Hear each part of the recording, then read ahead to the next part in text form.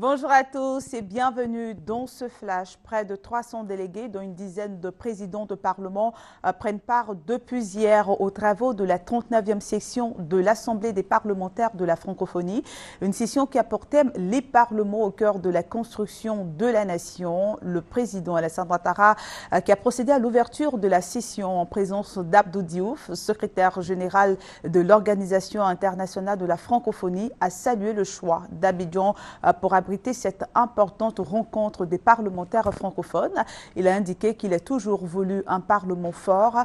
Notez qu'en marge de ces 39e assises de l'APF se tient également à Abidjan la 6e édition du Parlement francophone des jeunes qui a été créée en septembre 1999 par les chefs d'État et de gouvernement de la francophonie.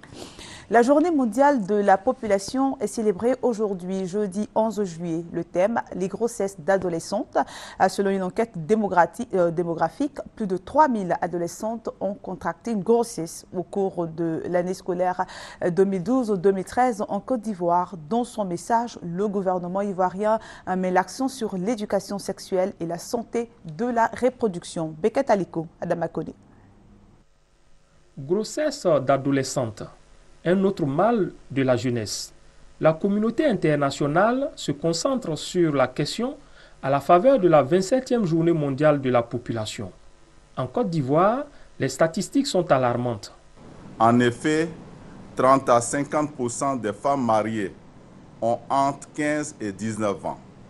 Avant l'âge de 15 ans, 23% des femmes en âge de procréer ont déjà eu leur premier rapport sexuel.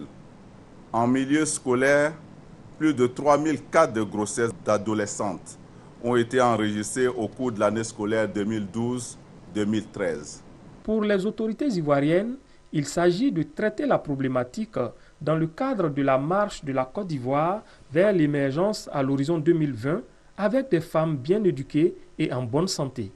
Le fait est que certaines filles, du fait de grossesses précoces, risquent leur vie avec des avortements et des complications au moment de l'accouchement, quand d'autres s'exposent à des maladies telles que le VIH-Sida. Pour sa part, le programme présidentiel d'urgence a consacré 810 milliards de francs CFA à l'éducation et 378 milliards de francs CFA à la santé.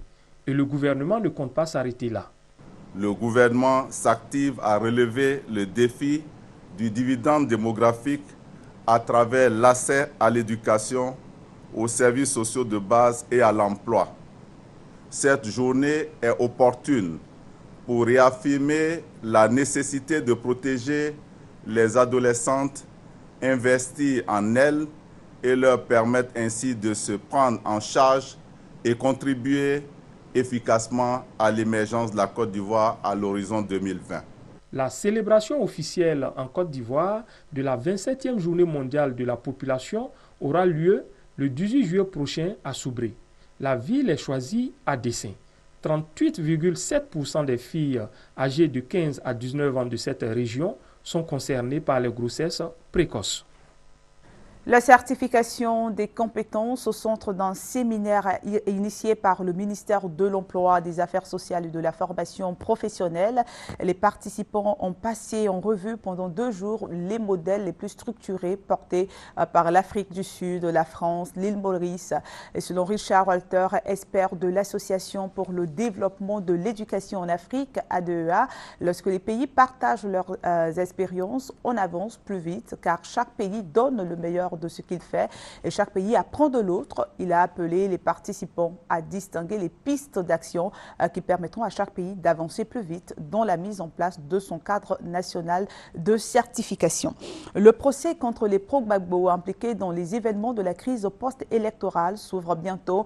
La justice ivoirienne a confirmé hier les charges retenues contre 84 proches de l'ex-président Laurent Gbagbo, dont son épouse Simone Gbagbo et son fils Michel Gbagbo, ainsi que le président du FPI, Pascal Affi-N'Guessan.